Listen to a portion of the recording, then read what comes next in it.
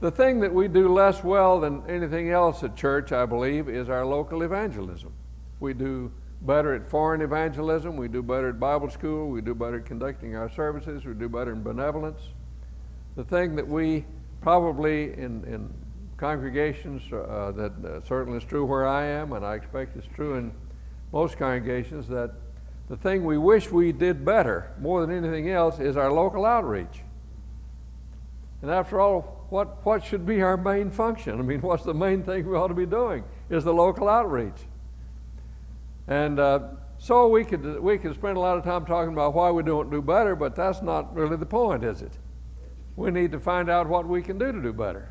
And that's what we're going to try to do in this seminar, because there are ways in which congregations can change that culture and become congregations that really do well in the area of outreach. You know, here's the thing I want most to drive home today. Total congregational evangelism means that you find a way to utilize every person in the congregation somewhere in evangelism. There's a place for children. There's a place for old people.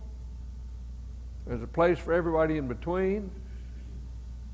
And you want to create the culture in which everybody understands, I need to be involved in evangelism, and there's a place for me. There's something I can do in evangelism. And so you have enough ways of putting together the total package that everybody can say, there is a place for me, and I'll get busy. Now, some people say, well, I don't want to knock doors. There are lots of other things you can do. We need some door knocking. And but there are lots of things. So the idea is, let's put together a package of evangelism in our congregations that will be broad enough that there is a place for everybody to be a part. Now, if you'll hand these sheets out, I'm going to give you a little handout today, and we're going to work on a kind of building a chart in this session and the second session that tells the various aspects, the various elements of having a good outreach program. And the first of those circles is public information. Now, on the sheet that I'm giving you, these are listed. And what I want you to do is, as I'm talking about that area, I want you to be thinking, well, yeah, I could do that. Or our congregation could do this. And at lunch, we kind of want you to sit, if you came with a group from your congregation, sit together and begin talking a little bit about what could we do when we go back home. And then we'll have some time after lunch for you to continue that discussion. What are we going to do? You know, I can't tell you how many over my, we've got some extras. Over my many years in education, I've been to lots of conferences. And I made lots of notes. And when I got home, I put the notes in a drawer and left them there till the next conference. See, you know, I understand how easy it is to do that. But we want to do something different here. We want you to go home and say, we've already worked out 4 things we're going to do when we get home. We want to make this very, very practical. So you'll have a time after lunch for, if you came with some others from your congregation to get together, if not, to get with 2 or 3 others from other congregations and talk about what are we going to put into practice when we get home, or if this is home, while we're here at Emporia Avenue. So that's our goal today, is for you to have some very specific things that you and your congregation can do that will build your program of evangelism starting immediately. What are you going to do? Okay, the first circle up here is public information. Public information. To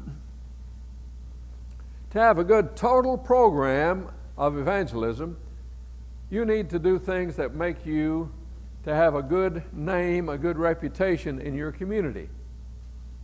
After all, Acts 2:47 says that the church in Jerusalem was held in favor of all the people. Well, that's pretty good. Why don't we do that? Let's be held in favor of all the people. They will know about us, and they'll feel good about us. Now, that doesn't mean they'll agree with everything that we teach or whatever. They'll have their ideas, but our goal is to have people in town to speak well of our congregation. Now, that hadn't converted anybody yet, but it's a start, isn't it? See, that's how you get started, is with this matter of public information. Now, let me mention some things about public information. Part of the public information is your building. Is your building a credit to the community? Or do people shut their eyes when they drive by because they don't want to see what it looks like? Is your yard well kept? Do you have some nice trees or flowers or shrubs? Are people well impressed with the building? If not, you got a big barrier to overcome, see? So make the building attractive. When people come in your building, are they well impressed with that? Or are they repulsed by what they see when they come in? The dirty spots in the ceiling and the spots on the floor and bulletin boards that look like they haven't been changed in 30 years and a nursery that nobody would want to leave their kids in. And, you got to think about that. There are churches that actually pay people about once a month to come in and look around the building and say, what does this look like to a visitor who's coming for the first time? You got to think about their eyes. What are they seeing? So the building, inside and out, is part of the public information picture. Your signage. Do you have nice signs around town that direct you, people to your church? What do they look like? Are they old and rusted and some of the can't read them very well and shrubs have grown up around them and nobody can tell what they say? Or are they very attractive? I drove by church one time. It was very nice. It wasn't Church of Christ, but it was a very nice church. Very nice brick building. Had a nice brick sign out in front that had the name of the church on it. One of the letters was missing. And what conclusion did I draw about that church? They don't do things very well. Why would they just let a letter be missing off their sign? Why don't they pay attention to that? So the building is an important way in which you send a message to the congregation, and your signage, to the community. And signage is an important way in which you send a message to the community. Are you doing that well? Maybe you need to appoint somebody in your congregation to take care of that, to see that the building looks like it ought to and things are in good shape. So that's number one, is the building. Number two is the signage. Number three is how you treat visitors.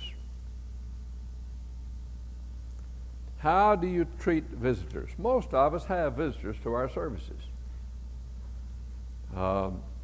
We will have people who just are new to town and they come by, or somebody that we've brought, or somebody who's heard about something we're doing and they come.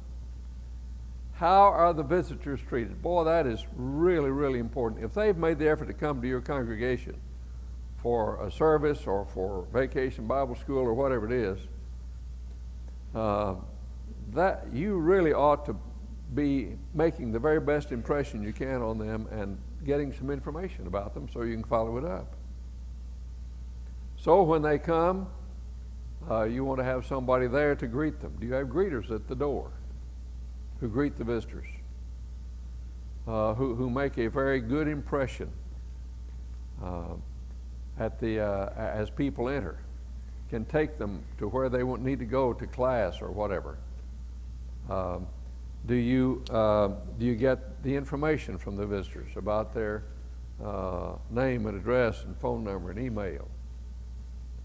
How do you do that? Well, hopefully you get it at the door when they come in as a part of the welcome. Maybe you have a welcome packet that you give to visitors. That's always a good thing to do. Or you have them fill out cards in the service, and then you follow up on that very rapidly with phone calls, letters, visits. Very, very important to do that.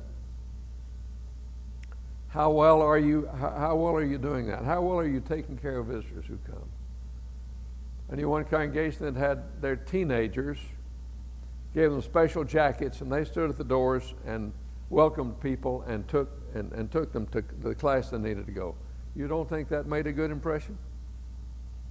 See, be creative. Think about how can we make these visitors feel really, really welcome. I was out in California a while back and met a man. I said, well, what do you do at church? He said, I work the lobby. That's his job. I work the lobby. Well, what do you mean by that? Well, I get there early on Sunday morning and I stand by the front door and I watch. It's a congregation of about 250, and it says if people come in, somebody comes in and I don't know them, I know nobody in the congregation, somebody comes in that's not one of our members, I make a beeline for them, introduce myself, tell them how glad we are to have them, get their name and address, take them to class. I try to make an effort to see them before they leave. And within the first couple of days, I call them, send them a letter. My goal with that first visit is to get them to come back for another visit. That's my goal. Get them to come back one more time. I'm going to try to do everything I can to get them to come back again. When they come back the second time, he says I meet them, greet them, talk to them, and that second time I invite them to go out with me for lunch. And when we go out for lunch, I never bring up the church. If they do, okay, but I don't bring it up. I ask them about their family, their job, and all kinds of things. We just get to be friends. Just talk about it. If they bring up the church, we talk about it, but if they don't, well, we just talk about other stuff. And then the next week after that, I call and say, can I come see you? What are they going to say? I took them out to lunch. We become friends. Of course. So they invite me to come to their house. And then when I go to the house, if it seems appropriate, I try to set up a Bible study. And they're very receptive because of what I've already done. And so I set up a Bible study. And when I saw him, it was in October of a year. And he said, since January the 1st, I've baptized 20 people work in the lobby. You got any lobby workers at your place? Pretty good. So you're very careful of how you handle visitors, and it's strategic. You've set it up, you've planned it, you've designed it. It's not just haphazard. There are people who even have those who work out in they have a special place for visitors to park that's close to the door. And they have people who are even outside watching when somebody parks there, and they help them to enter the building and are sure that they get well taken care of. I mean, how you treat the visitors is a very high priority. There are churches that have a program called Monday Night for the Master. You've heard of that? They have a meeting on Monday night. And on Monday night, they have people that show up, and they send cards to visitors. They call visitors. Sometimes they go to see them. They have visitation teams that go out. They go out and do other things as well. They go to see shut-ins and whatever, but they have a big plan on Monday night, and part of what they do is to follow up on their visitors. Some churches have a pie ministry, and people bake pies, and other people take pies, and they take them out to the people who were visitors there the day before. Find ways to be really creative about how you treat the visitors. That's very, very important, and that's part of this circle that we've called public information. Well, another thing that you do about public information is the way you serve the community and make contacts in the community. There are things in your community that need some help, and you can provide, your congregation can provide that service. I know of a congregation that has occasionally what they call a day in the city.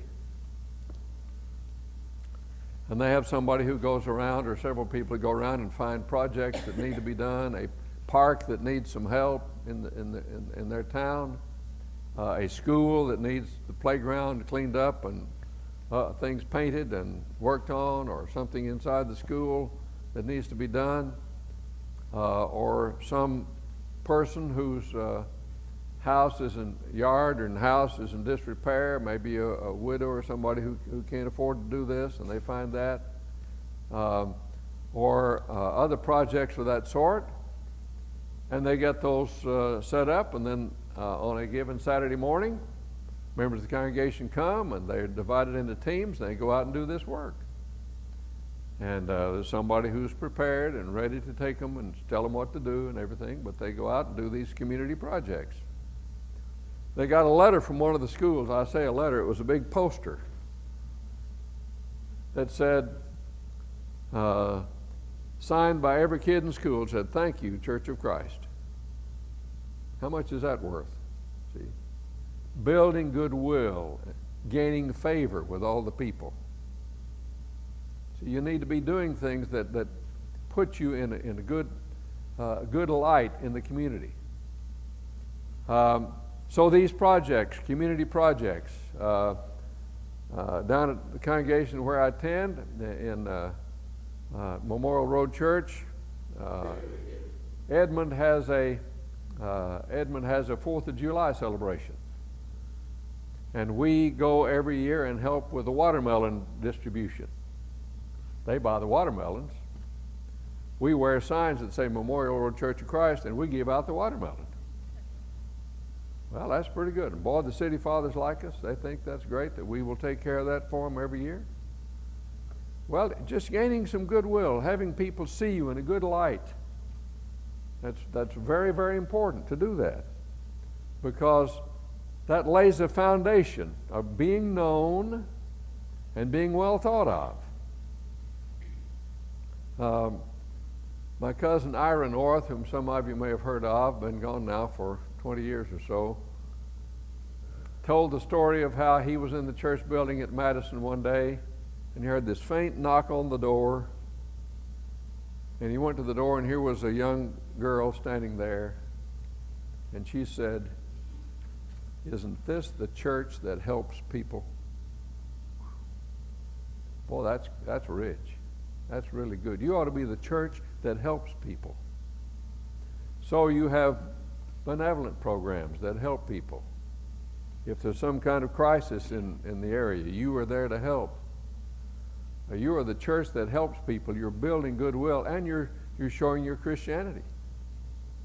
And so you're building goodwill. You need somebody in your congregation whose job is to get us in the local newspaper in a good light.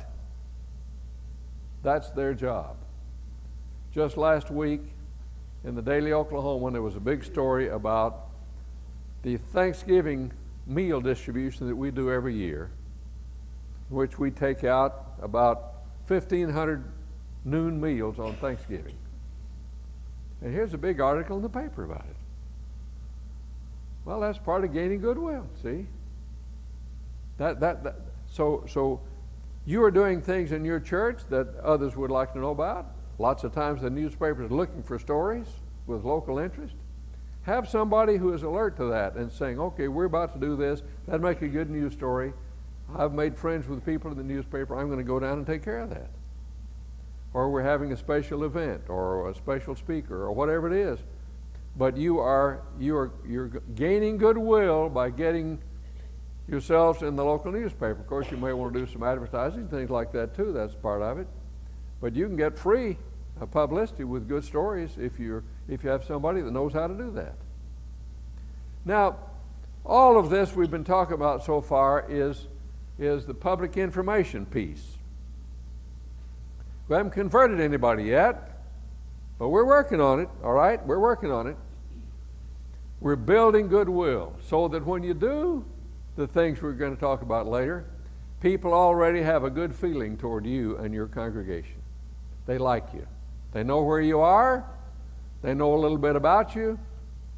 They know you're a church that helps people.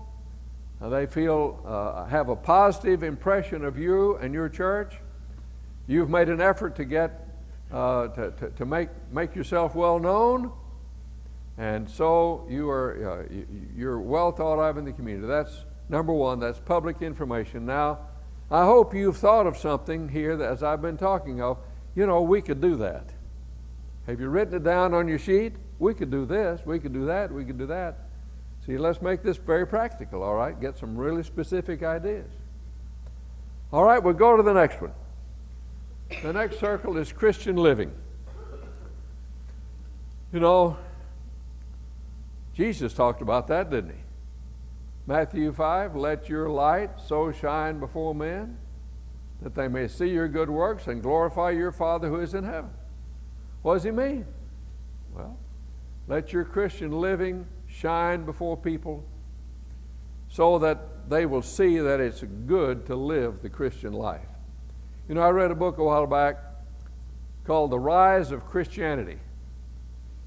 The Rise of Christianity by a man named Rodney Stark. He's a sociologist. He's not writing from the standpoint of religion, he's writing from the standpoint of sociology. And the question he wanted to answer was, how did the early church get so big so fast? His study of the documents caused him to conclude that by 350 AD, there were 34 million Christians. You think on that a minute. Started with 12 or maybe 120 on Pentecost.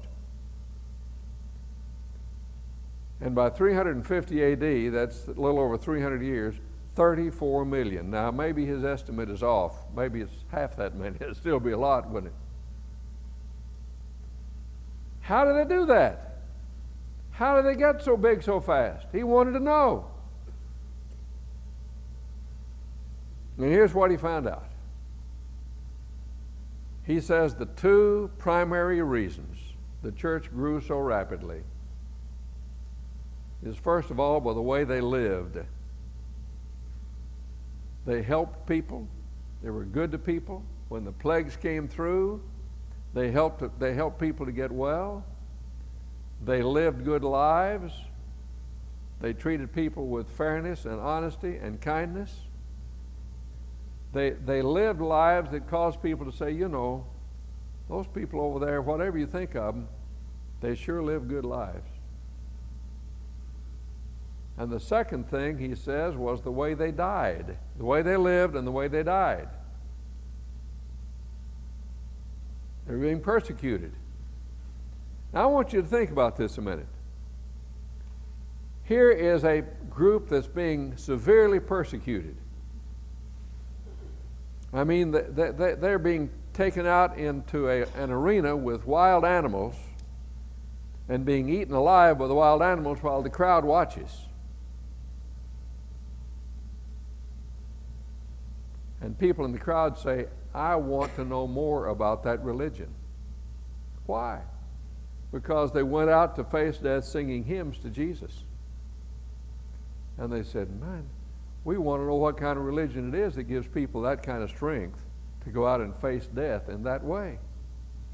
And so the persecution, instead of stopping the church, made it grow. The way they died. The way they lived and the way they died. If you can't preach that, Kent, you can't preach. Isn't that right? Now, what we need to do then is to be systematic about living the Christian life in front of our community. It's not just we do it, but we're systematic about it. By that I mean, in the congregation, the elders and the ministers and whoever they need to get together says, okay, here are the qualities we want our people to show to others. We want them to be kind. We want them to be honest. We want them to be fair. We want them to be helpful to people. We've made a list of these Christian qualities that we want them to have. We want them to show Christianity when there's a death in the family. We want them to show Christianity when there's been a problem. We want them to show Christianity when they're in the hospital. Here are ways we want our members to live the Christian life. And so we're going to have sermons on that. We're going to have classes on that. We're going to have things about that in our bulletin. We're going to be strategic about how we prepare people to show their light to the world. We're not just accidental. We're going to train people to do this. We're going to train them to do that. And then we're going to think about where are the places we want people to do this. Well, we want them to do it at work. Okay, let's get all our people that work together and say, now how are you going to show Christianity tomorrow at the coffee break? How are you going to do this? How are you going to show Christianity? Where you work, let's talk about it, and let's see how we can do it, and let's practice it, and let's role play to see, well, okay, how would you do this? We're going to teach our young people to show Christianity at school. How do you show your Christian life at school? There was a young woman who wanted, a high school girl who wanted very badly to have the lead in her high school musical. And she won the part, and she got the script, and it had some words in it she didn't want to say as a Christian young lady. And she went to the director and said, can I substitute some other words? And he said, no. If you want the part, you got to say the words. She said, I'm not going to take the part. You think that didn't send a message? Now, there's more to the story. Her mother went to the school board. And she got the part, and she didn't have to say the words, okay? But she took a stand. There was a young man in the fourth grade,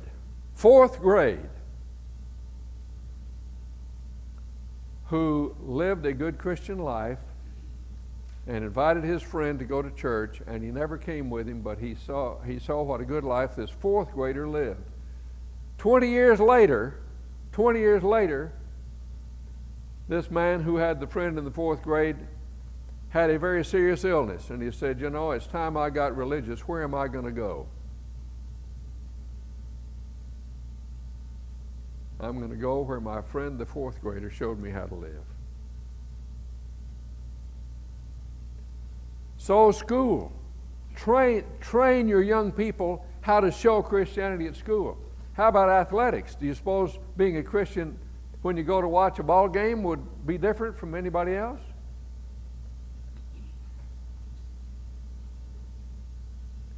Don't we need people at Little League who show their Christianity? Don't we need coaches in the Little League?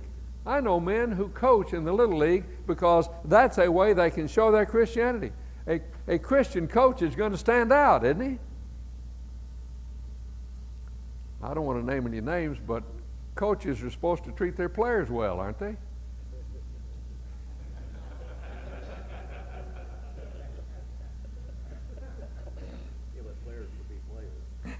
Yeah.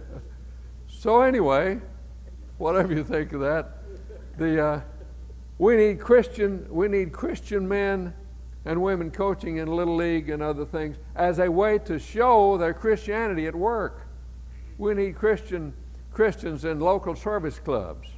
I know a woman who went to the PTA and eventually became president of the PTA because that's where she could let her light shine. Okay? Isn't that all right?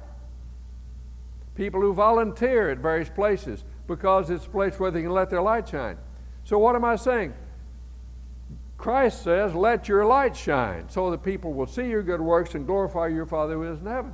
And lots of other verses in the Bible. Peter even talks about how, so the pagans will say, even though they don't like you, we got to admire these people. So, train the people in the congregation to let their light shine. Train them to let their aroma of Christ be noticed. Train them to be salt. Train them to be leaven. That's what the Bible says. And then plan carefully about where they're going to do this. And plant people. You say, we don't have anybody that seems to be in this area or in this club or in this group. Let's get somebody over there. So that's the Christian living circle.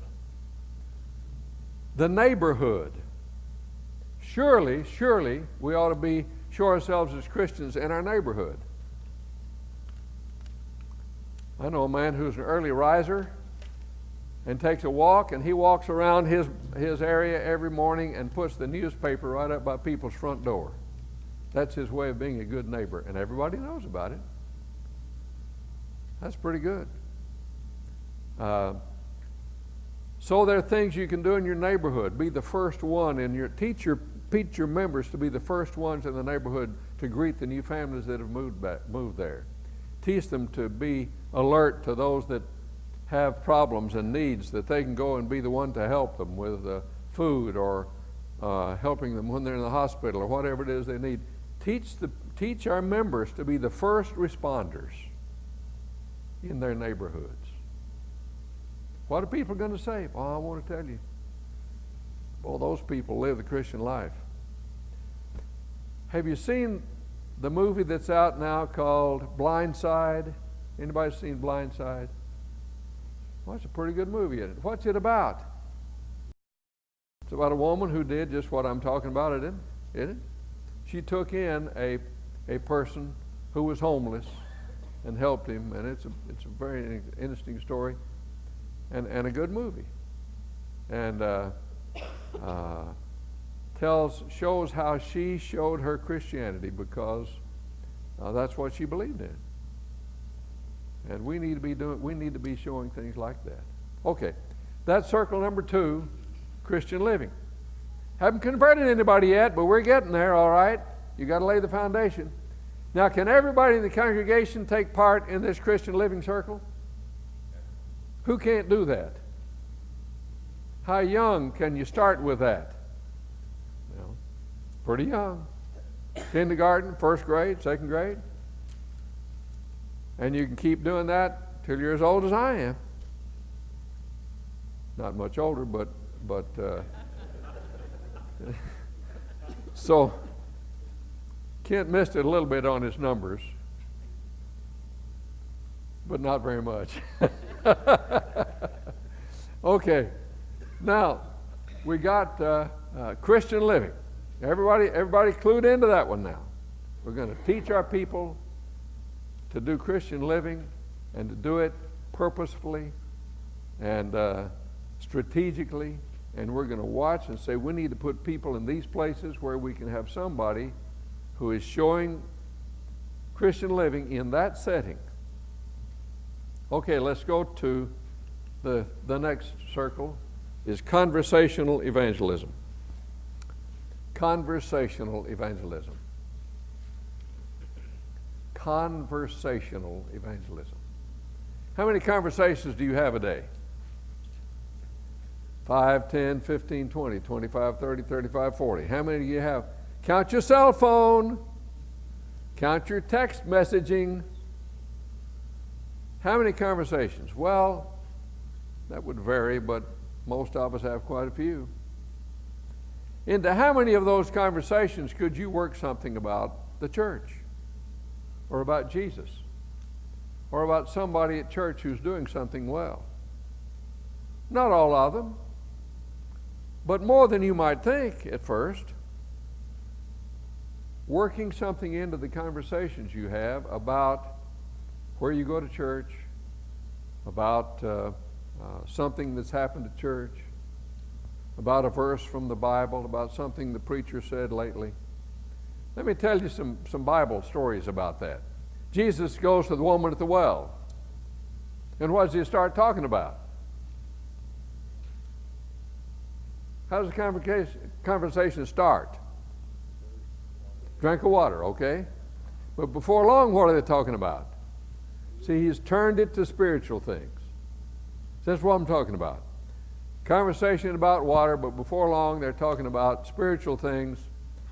And he's turned her into an evangelist. She goes and brings all her friends, and they come and hear about Jesus.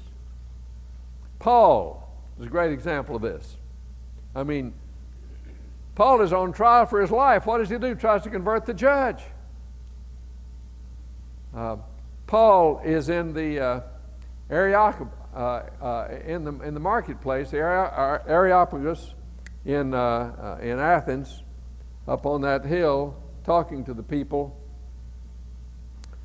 As he's just been wandering down in the marketplace, and there he engages the Epicurean and Stoic philosophers in conversation. And before long, they want to know more. Paul goes to Rome, and there he is chained to a guard in his house, in his own house. I can just see the wheels turning. Paul says to the guard, "You mean you can't get away?" And the word of the Lord spread throughout the whole Praetorian Guard. How do you suppose that happened? Paul ain't going to miss a chance, see. Everywhere he goes, he is finding a way to tell the story. I mean, he was attacked and nearly killed on the temple grounds, and the Roman soldiers rescue him, and he says, "Just a minute, could I say something to those who have been trying to kill me? Let me tell you about my conversion." He ain't going to miss a trick. Now, we can teach people now to have that same kind of capacity to do conversational evangelism. Let me tell you about a few cases. There's a man who's a mechanic. He eats lunch at the same place every day across the street from his mechanic shop, okay? And he gets to know the waitresses pretty well over there. You know, he's there every day, and the same people wait on him. And he invites them to church. I go to church here. Why don't you come and go to church where I go? And they never do. But he's put out the word. And one day, one of these waitresses finds out she's got cancer. She wants to talk to somebody religious. Who does she know? The mechanic.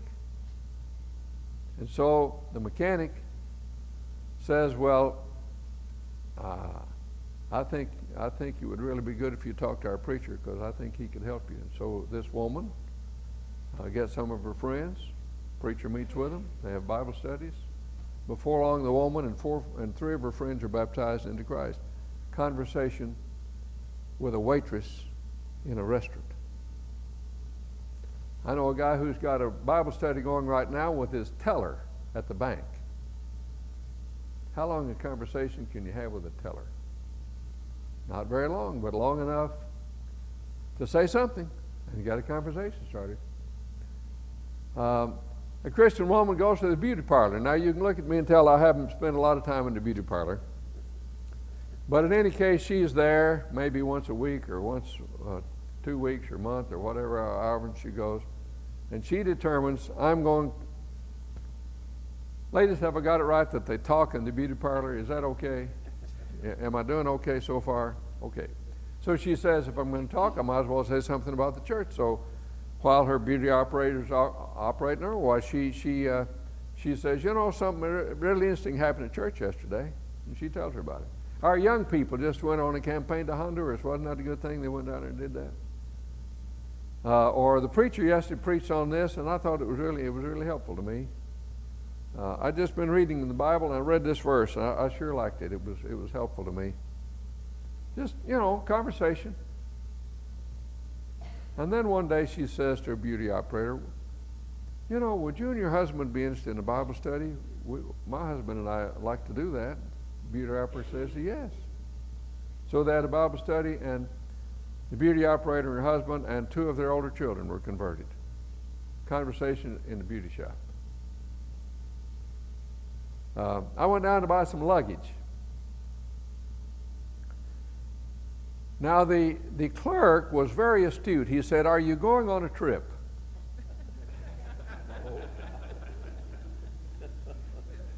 And I said, "No, I just think this would make a pretty set of luggage to set out in the living room." I said, "So how am I going to respond? Am I going on a trip?" I've got several choices. I can say, "Yes, I'm going on a trip."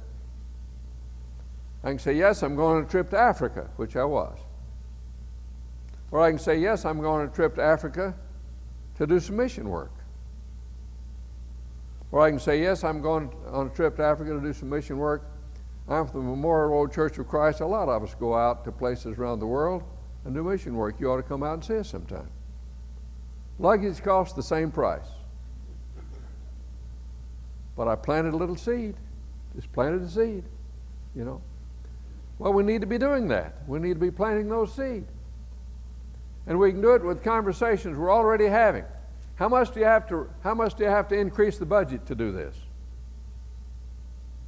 Not a penny. Now, this is something everybody can do, but everybody's got to be taught to do it. So you have a Wednesday night class, and you practice, and you have people come to the front, and you say, "Okay, you've gone into a restaurant to have a meal, and here comes the waitress. What are you going to do? How are you going to do this? You're at coffee break, and here comes your friend. Let's practice doing this, okay?" And you let people watch, and you let people practice, and you emphasize it. And you put stuff in your bulletin that says, after you've been doing this and had sermons on it and all these things, then you put things in your bulletin and say, "Here's a good conversational topic for this week.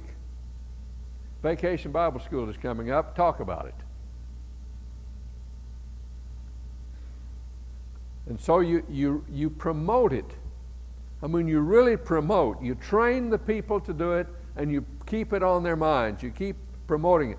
You start out your Bible classes on Sunday morning, say, "Okay, anybody got a story you want to tell us about conversational evangelism last week? Tell us what you did." Nobody did it? Shame on you. We'll try it again next week. Somehow get them to start it. Get them started, and you'll find some people who will start, and then others will say, "Well, I could do that." And then before long, you'll have lots of stories to tell. You may find this one hard to believe, but it's true. A woman is stopped for speeding. The policeman says, "You were going too fast." She says, "I know it, I'm sorry." He says, "I've got to give you a ticket." Okay. But she engages him in conversation long enough to say where she went to church, and long enough to say, "You know, you ought to come over there sometime. We've got a lot of good people." He showed up. And later they were married. No, that's not true. Make a good story, wouldn't it? But later he did become a Christian, all right? You know, the opportunities for this are everywhere. Absolutely everywhere. And if we just train our congregation to do this, now you won't train them by telling them about it once, okay? You got to keep this before them. You got to let them have a chance to practice. Young people can do this. Children can do this. Older people can do it. They talk on the telephone to people. They can do this. And so conversational evangelism is a great way to begin getting people interested in what's going on at the church. And so you need to plan a strategy. How we're going to train people, how we're going to get people to start doing this. And you can do it, and it won't cost you a penny, and you can begin to get the word out, and people making contacts and letting people know what's happening at church, and that opens lots of doors to get them to come. Conversational evangelism.